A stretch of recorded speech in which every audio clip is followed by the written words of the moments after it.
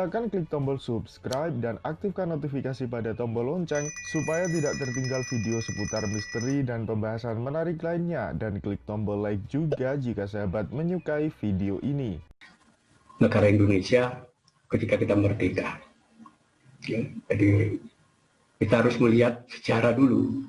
Jadi ketika Indonesia merdeka, itu yang tidak ikhlas dan tidak ridho melepas Indonesia merdeka itu Belanda. Itulah berbagai macam usaha dilakukan, ya, mulai ngadu domba Inggris dengan orang-orang Surabaya sampai pecah pertempuran 10 November, sebetulnya itu ulahnya Belanda sebetulnya.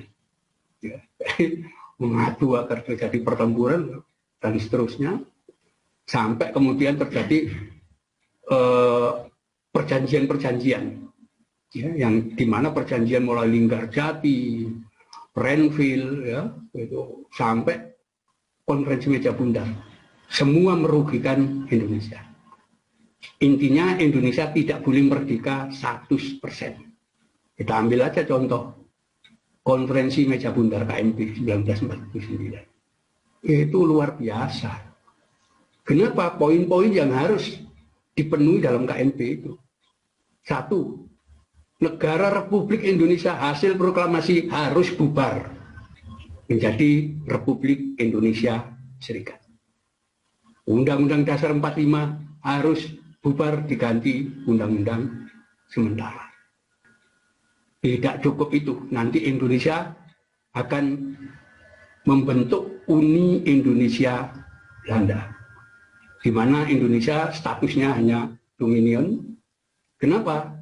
Yang jadi kepala negara itu adalah kerajaan Belanda. Poin berikutnya yang aneh, pemerintah Indonesia harus membayar utang pemerintah Hindia Belanda kepada IMF senilai 3,8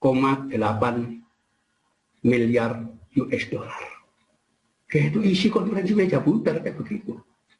Anda bisa bayangkan, kita memerdeka seperti itu, harus syaratnya seperti itu.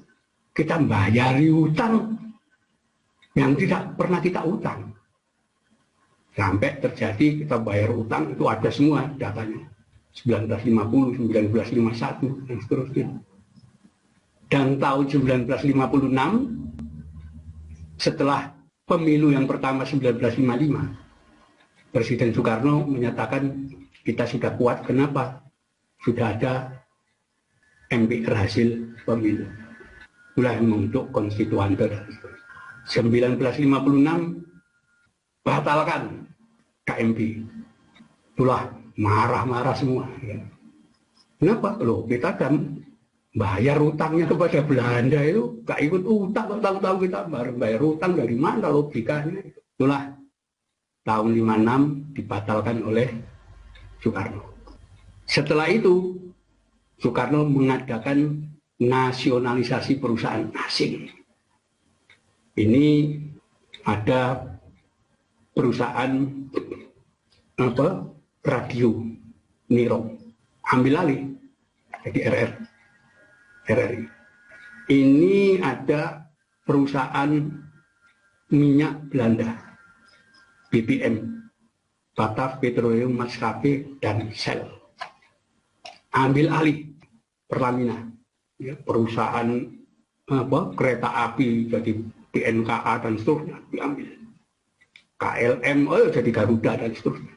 Itulah Belanda marah, dan orang-orang bekas anggota KNIL, ya, itu tentara Belanda, melakukan pemberontakan PRRI Bernesta. Fakta. Ya. Itulah akhirnya dibubarkan dan seterusnya. Dan ketika nasionalisasi itu harus memberikan ganti rugi kepada perusahaan. Bung Karno mengatakan kita sudah memberi ganti rugi. Itu pembayaran kepada Belanda. Selama tahun 50, 51, 52 itu sebagai kompensasi. Kita tidak mau mikul utangnya pemerintah Belanda. Itulah zaman Soekarno macam-macam sampai tahun 61 Freemason dibubarkan oleh Bung Karno, akhirnya ini jaringan Yahudi ini bubar, ya, sampai akhirnya Soekarno jatuh, peristiwa 65, 67 itulah kemudian terjadi perubahan. Semua perusahaan-perusahaan yang sudah dinasionalisasi Soekarno, sebagian besar dikembalikan. Utang tetap ditanggung Indonesia selama Orde Baru. Dan kemudian diserahkan itu Freeport, tambang emas, Newmont, semuanya. Itulah selama Orde Baru. Kita sudah tidak merdeka lagi. Dan kalau kita lihat dari kacamata sosiologi, seluruh dunia itu, apakah itu negara-negara Afrika, ya, Asia, bahkan di Amerika, itu masih ada mereka itu penilaian hormat terhadap Soekarno. Oh, Soekarno orang hebat. Belanda, tidak ada satupun orang Belanda yang mau menghargai Soekarno. Mereka antipati pada Soekarno. Sampai sekarang, itu fakta. Ya, itulah ketika di bawah pemerintahan Soeharto, nanti sebagian aset itu sudah milik asing. Ya, saya kira ini untuk masalah persatuan ini yang perlu kita pertahankan sekarang ini adalah masalah keutuhan bangsa. Kenapa? Ini jangan sampai kita terpengaruh pandangan-pandangan yang kemudian mengabaikan keutuhan bangsa. Kenapa?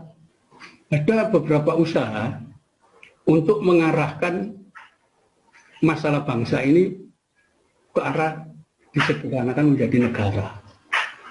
Misalnya kita ambil contoh, tiap kali kemerdekaan kita selalu memberikan Dirgahayu RI ke-72. Dirgahayu kemerdekaan RI 72. Ini fatal, kelihatannya sederhana tapi fatal. Kenapa? Dirgahayu kemerdekaan RI ke-72. Memang RI pernah dijajah sampai merdeka? Nggak pernah. RI itu tidak pernah dijajah. Kayak nggak pernah merdeka. Yang dijajah itu bangsa Indonesia. Kenapa? Proklamasi itu jelas. Kami bangsa Indonesia. Dengan ini menyatakan kemerdekaan Indonesia. Jelas itu. Hal-hal mengenai pemindahan kekuasaan, nah ini negara ini sudah diselenggarakan dengan cara sama dan dalam tempo sesingkat-singkat. Atas nama bangsa Indonesia. Jadi harusnya Dirgahayu proklamasi kemerdekaan bangsa, bukan negara. Karena negara itu adalah alat. Dia itu hanya wadah, alat bikinan bangsa yang merdeka. Jadi kita ambil contoh, konferensi meja bundar, RI hasil proklamasi bubar kok. Negara itu. Bangsanya kan masih utuh. Jadi selama bangsa ini masih tetap bersatu, utuh, silakan. Ya. Mau berubah macam apa aja, silakan. Tapi bangsa ini tetap utuh. Kan itu NU selalu menolak pecah belah bangsa. Kalau urusan negara ya jangan. Ya. Kenapa? Nah, itu kan ya alat yang sewaktu-waktu bisa berubah. Tetapi yang namanya bangsa ini Indonesia. Jadi ini yang di kalangan anak-anak santri milenial yang mulai kita kembangkan. Jadi tahun 90-an itu kita sudah mempelajari lah yang namanya geopolitik, geostrategi, world system, macam-macam itu kita pelajari. Sekarang yang kita pelajari adalah hidropolitik dan hidrostrategi. Politik tentang air. Kenapa? Loh, kita tuh negaranya tanah air. Tanah dan air, bukan geostrategi saja. Kalau negara kontinen silakan geostrategi, tapi kita punya masalah air.